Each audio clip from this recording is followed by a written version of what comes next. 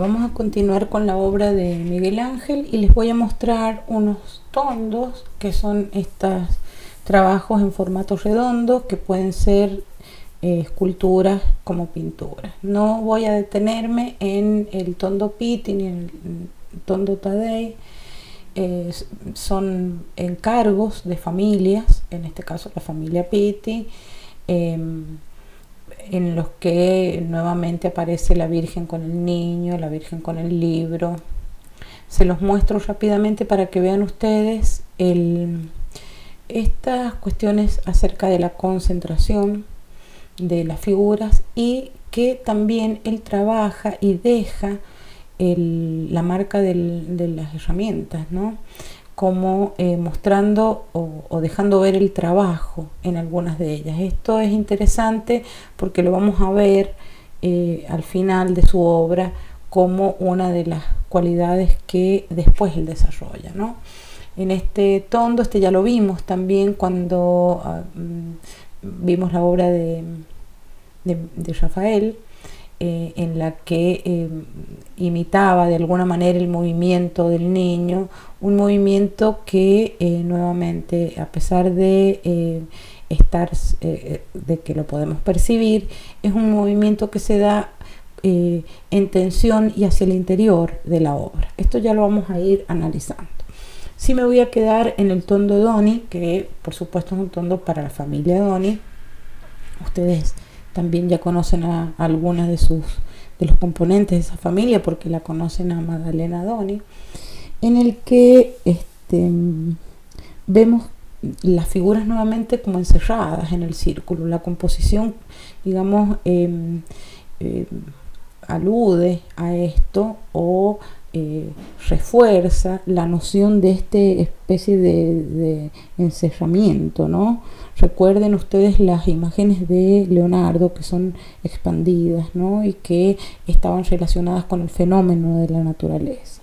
Acá este núcleo retorcido de imágenes más bien está relacionado con el símbolo, con el concepto, cuestiones del Antiguo Testamento.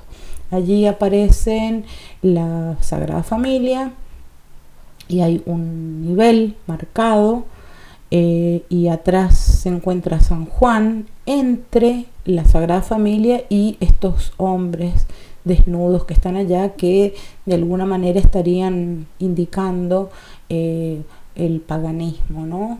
Cómo se impone la familia religiosa o la Virgen, el Niño y San José a las imágenes del paganismo. Es un tema del neoplatonismo marcar las distintas edades o la sucesión de las generaciones. En este caso son generaciones históricas. ¿Sí? Ustedes recuerden a la Santa Ana con la Virgen María y el niño de Leonardo, que eran generaciones, pero como si fuesen naturales, eran una abuela con su hija y su nieto. En cambio, en este caso son generaciones históricas, porque parten de estas historias de la Biblia que no son tomadas de otra manera que como hechos históricos concretos, ¿no? Estas imágenes son la forma de los conceptos. No tienen relación con lo sensorial, que sí la tenían los trabajos de Leonardo, ¿no? Absolutamente sensoriales, con la sensibilidad, con el cambio de la luz en los colores y todo esto. En este caso, estas figuras son insensibles a la luz y al aire, ¿no? Porque el concepto nos va a llegar a nuestra mente sin que operen los sentidos, ¿no? No hace falta que sean representadas como gente como nosotros, sino como símbolos de aquello. Fíjense que tienen los contornos muy, muy potentes, ¿no? Casi duros, les diré, y los colores muy fríos. Son conceptos que superan la fuerza de las cosas, son más fuertes que las cosas, los conceptos, o en este caso los símbolos. Lo que vemos por los tamaños y por las formas retorcidas, que son casi titánicos, ¿no? Porque son personajes que son más que humanos y que no tienen entre sí lazos afectivos, que sí lo hemos visto en Rafael y sí lo hemos visto en Leonardo, los lazos afectivos entre la Virgen y el niño, por ejemplo. En este caso no lo tienen porque son conceptos, ¿no? Para Miguel Ángel la pintura tiene sus elementos a criticar, digamos. Para él la escultura es la victoria sobre la materia y es como técnica la que se desliga de la materia. Mientras más quita, más puro va a ser el concepto. Mientras más le saca materia, más puro es el concepto. En cambio, la pintura tiene una debilidad, dice, y esa debilidad está dada porque los colores son materia que se agrega, ¿sí? Entonces el color es la materia de la pintura, y Miguel Ángel quiere vencer el carácter mutable del color porque es sensible a la luz y al aire, ¿no? Por eso es que usa estos colores que son colores puros, como les digo, colores fríos, y también colores arquetípicos. El manto de la Virgen es azul, él va a pintar azul. Son colores básicos, ¿no? Y además no usa mezclas. No usa mezclas, este es el marco que tiene el Tondodone. No usa mezclas porque él trabaja el claroscuro con negros y blancos. Y los colores no tienen matices. Fíjense, lo que es azul es color local, azul que se oscurece con negro y que se aclara con blanco. Lo mismo que el rojo, lo mismo que... No hace matices, como les digo, sino que usa los colores más bien puros con ese trabajo de valores. Ahora fíjense que es una obra lineal con muchísimo movimiento. Fíjense en este detalle. Sin embargo, ese movimiento se ve retraído hacia el interior de las figuras. Esos dos aspectos, la tensión, la retracción por un lado y el movimiento por otro, crea una tensión. En esa tensión es en la que se maneja Miguel Ángel. Les voy a mostrar ahora, ya llegado a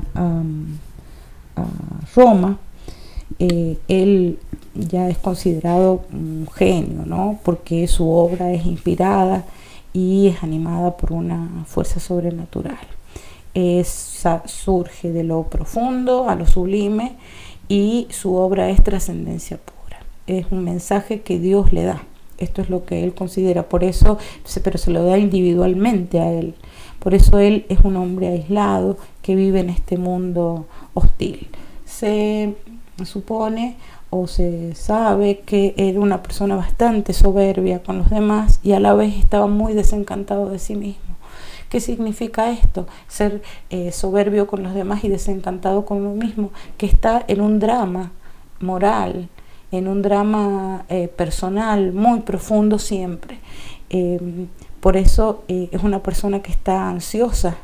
Es una persona ansiosa por la salvación de su alma, porque se siente asediado por su muerte, ¿no? Por la muerte. Lo que va a intentar es buscar la síntesis de las técnicas particulares para superarlas, para ir más allá y para llegar al diseño o a la idea pura de las cosas. Las obras de Miguel Ángel se hallan de alguna manera encadenadas una a la otra y uno va viendo a medida que va viendo la obra a lo largo de los años cómo retoma las cuestiones anteriores y las ajusta, las desarrolla y de alguna manera, yo no sé muy bien cómo, pero de alguna manera él las supera. Él tiene siempre una cierta inquietud por lo inacabado, y lo inacabado, como es el caso de esos trabajos que les acabo de mostrar de los tondos escultóricos que están inacabados, tiene que ver con lo inacabado de la existencia. Y allí hay, por eso les muestro esta imagen, está la tumba de Julio II, que es una de las obras que nunca se logró concretar, y esa ha sido una de las tragedias de la vida de Miguel Ángel. La tumba de Julio II iba a tener así es como es, ¿no? Pero este era el proyecto original y ha tenido todos estos cambios a lo largo del tiempo porque finalmente no se fue suspendiendo por distintas razones, no estaba conforme Julio II, iba a ser en el Vaticano, iba a ser en la Basílica de San Pedro, al final no fue ahí. Bueno, es todo una historia de cambios, de marchas y contramarchas, y eso para él ha sido una cuestión trágica, y él quería terminar esa tumba. En ella lo que instala, digamos, es la imagen del Moisés, que es esta obra que le lleva tantos años hacer, y es una obra famosa porque cuenta la leyenda, seguramente no es cierto, pero cuenta la leyenda que al momento de terminarla le pegó un martillazo al dedo del pie, dedo del pie, y le dijo habla, porque era tan realista que hasta él mismo sentía, digamos, la fuerza de la escultura con ese realismo, como si estuviese por moverse el Moisés. El Moisés es un héroe, digamos, de la antigüedad, un personaje de la bíblico, ¿no? Y él lo quiere resolver como un héroe de la antigüedad clásica, y quiere sintetizar esa idea en este personaje bíblico, esa idea del héroe antiguo con la espiritualidad cristiana. Y también quiere sintetizar el ciclo histórico entre San Pedro y Julio II, que es a quien está destinada la tumba. Bueno, ahí tienen otras imágenes.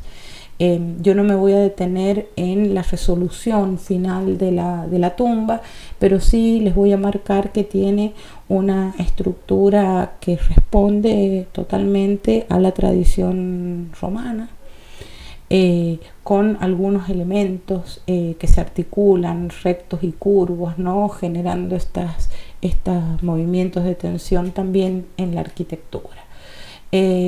Bueno, la escultura es una escultura, como les dije, realista, con una gestualidad y unos movimientos que no se expanden ni son livianos y suaves, como hemos visto, por ejemplo, en la obra de Leonardo, sino que más bien son tensos.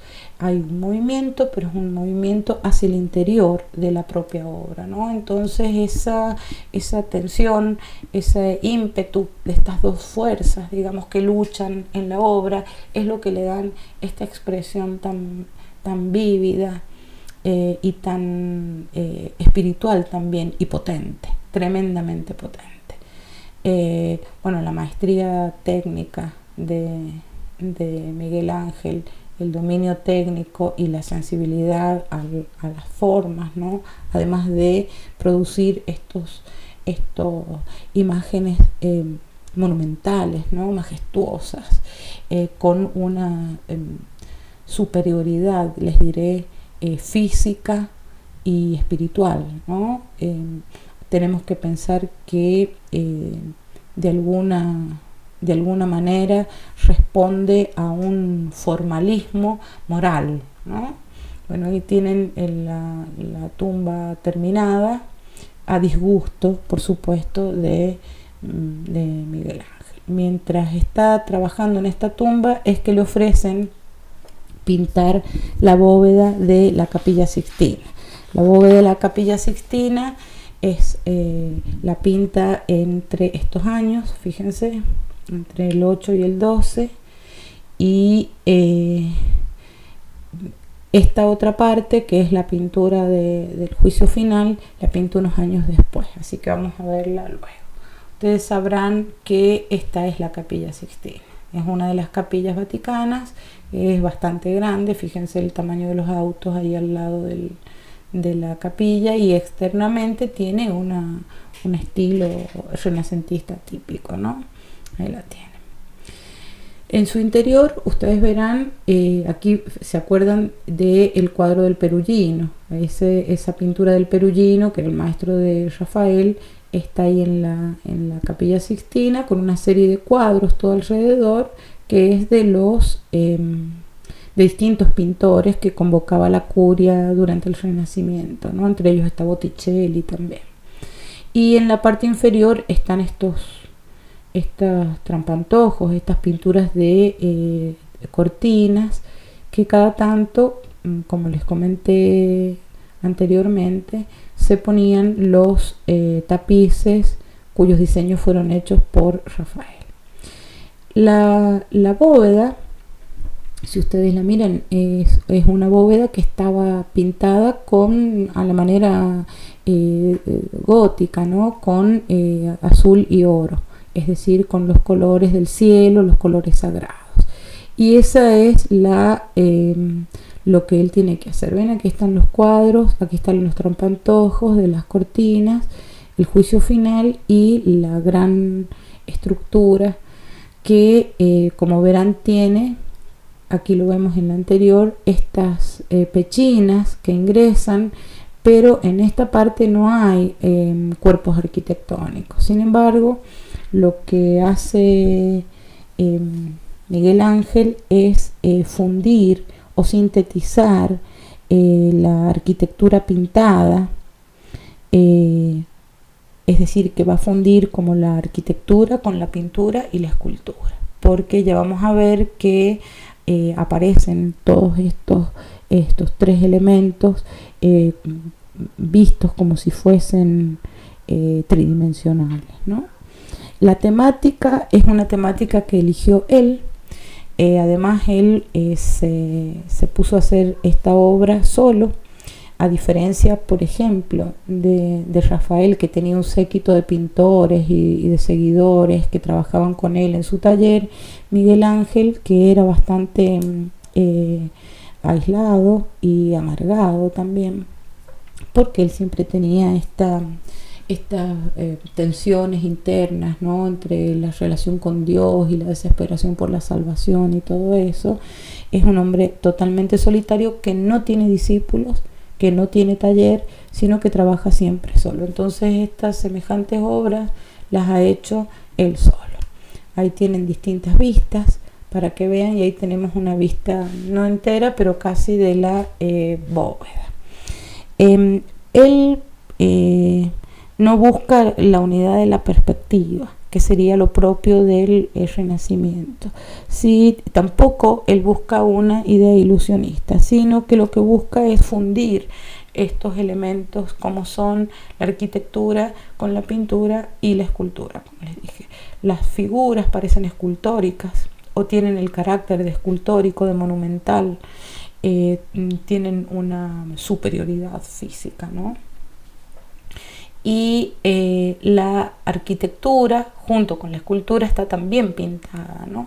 Fíjense que estos son elementos arquitectónicos concretos, y estos otros son elementos arquitectónicos pintados. Si vemos que la arquitectura en este caso no va a ser marco, digamos, sino que va a encadenar la bóveda con los arcos. Va a hacer ese encadenamiento, y también con las nervaduras y con estos arcos que parecen arcofajones, ¿se dan cuenta? Parecen arcofajones, pero no lo son, están pintados, ¿no? Esto va a dar una sensación como de encierro de las partes, ¿no? Dentro de cada una de estas pechinas hay una pintura, y después vienen estas dos fajas, una de un lado y otra del otro, con las sibilas y los profetas. Y después viene este recuadro, fíjense, todo articulado con los arcos, pero ese recuadro es como que encerrara aún más estas figuras que están, estos cuadros, digamos, o estas pinturas que están en el centro, ¿no? Unas más encerradas que otras. Entonces eso pareciera como que el cielo de esta bóveda no se abre al infinito, sino que empuja hacia arriba, pero a la vez se contrae, entonces no profundiza hacia arriba, no se va hacia el cielo, sino que es contraída, y eso es propio, digamos, de su arte, ¿no? Como les digo, el cielo no se abre al infinito porque en este caso es una construcción doctrinal, es la génesis de las ideas, el principio de la historia.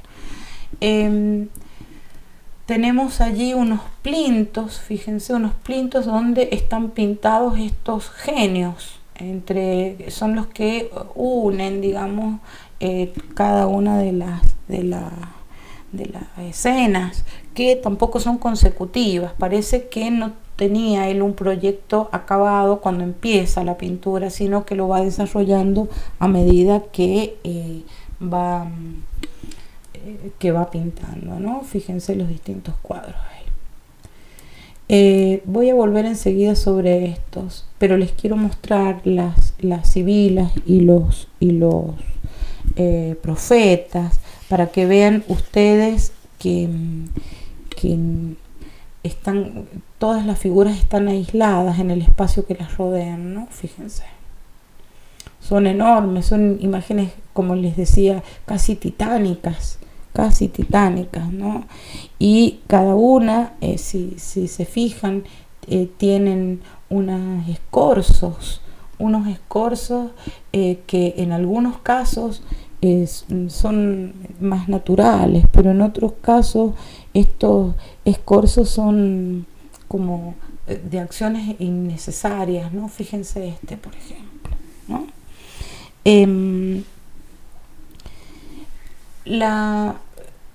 Fíjense, y les muestro para que vean. Además está contemplada también la visión desde abajo, ¿no? Porque acá se ven un poco aplanados estas piernas, pero de abajo se ven en escorzo y parecen realmente, no es que parecen, tienen el carácter de escultórico las pinturas de Miguel Ángel, fíjense. Además hay representadas pinturas, estos angelotes, que también responden a la arquitectura de la antigüedad, ¿no? Miren los escorzos, y ninguno de estos genios miran al cielo, ninguno mira al cielo, sino que todos están mirando hacia otro lado, como con una especie de inquietud, ¿no? Una especie de inquietud. Bueno, les muestro para que vean, las imágenes las formas son lineales. Ustedes piensen que esto es un fresco. El fresco se pinta de una sola vez, no permite capas superpuestas, sino que se hace de una sola vez. Entonces el tipo de técnica es una técnica que ha de tratarse con bastante rapidez. Fíjense las líneas de contorno y el juego de luces y sombras para dar esta opulencia física majestuosa, digamos, de todos los personajes, ¿no? Vamos a continuar viendo. Fíjense estos escorzos, los escorzos y los movimientos. Ahora esta persona está en movimiento, pero no es un movimiento expansivo, no es un movimiento hacia afuera, sino que es un movimiento retraído, que se retuerce o que se dirige hacia sí mismo, sobre el mismo cuerpo. Esas acciones que requieren un esfuerzo sin finalidad muestran, digamos, que las masas de los cuerpos se convierten en grandes empujes, en grandes contrastes de luces y formas. Cada una de las figuras estas tiene la luz del propio escorzo. Cada una está encerrada en su envoltura, en su envoltura espacial propia, ¿no? Son todas figuras aisladas. Vamos a volver atrás a mirar las escenas bíblicas.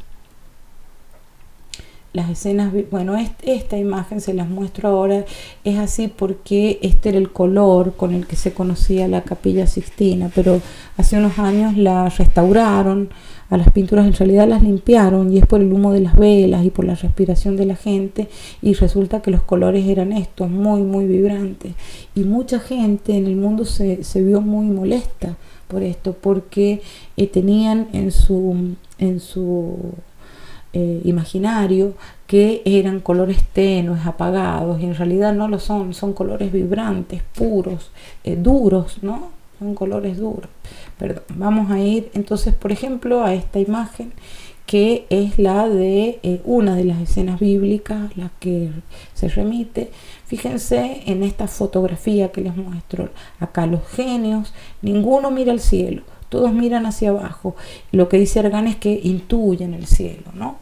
Y fíjense la estructura arquitectónica pintada, la potencia que tiene, ¿no? La fuerza que tiene con esos ángulos. Por eso es que desde abajo se ve un poco ceñida la bóveda, y como que se aprieta y se tensa hacia arriba, pero no se va al infinito, ¿no? Esa tensión es muy evidente. Ahora en el cuadro por ejemplo, que es la Adán y Eva en el paraíso, y ahí la expulsión de Adán y Eva, podemos ver ese interés en las potencias de los cuerpos, ¿no? Estos cuerpos enormes, volumétricos, escorzados, tensos, con esa maniera grande, como le llaman, ¿no?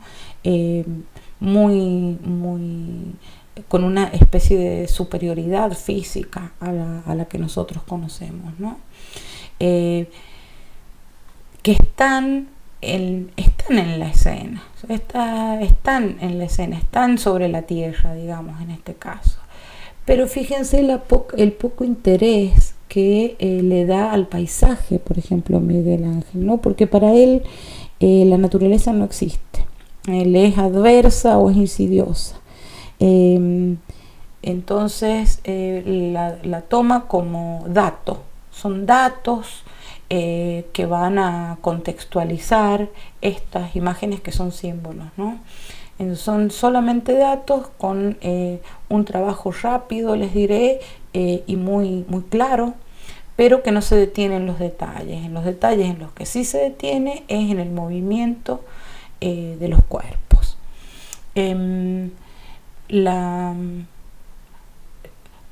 Fíjense lo que es esta pintura. Esta es la cara de la creación del hombre, ¿no? La creación del hombre, viene aquí Dios a entregarle la vida, a darle la vida, y este está reposado con un escorzo totalmente relajado. Y fíjense que el punto de la unión de la vida y el hombre es un punto vacío, pero es un punto en el que la energía que genera, la tensión que genera entre esas dos dedos, ¿no? Entre el dedo de Dios y la mano del hombre, es tan poderosa que a quién le importa que allá atrás esté pintado eso así, o que el pasto no sea pasto. El centro de atención está en esta cuestión simbólica, a donde él pone de manifiesto todo su conocimiento y toda su fuerza espiritual, ¿no? Toda esa fuerza espiritual creando una obra sublime como es la bóveda de la Capilla Sixtina. Termino de mostrar algunas de las pinturas para que vean la maestría de este hombre. La maestría de este hombre en la pintura, en una pintura que está pensada desde la escultura, ¿no? Desde la escultura. Es una joya de la humanidad, una gloria de la humanidad esta pintura. Fíjense cómo viene Dios ahí, y ninguno de los genios escorzados lo miran, ¿no? Pero estos escorzos son escorzos que van a continuarse, digamos, en en la historia del arte o van a ser modelo, motivo, ¿no? Pero son formas realmente sublimes, ¿no? Fíjense las direcciones, la cantidad de direcciones, uno para un lado, otro para el otro, todos en tensión, ahí está Dios, empuja, pero todos a la vez encerrados dentro de estas estructuras arquitectónicas tan poderosas, ¿no? Bueno, eso por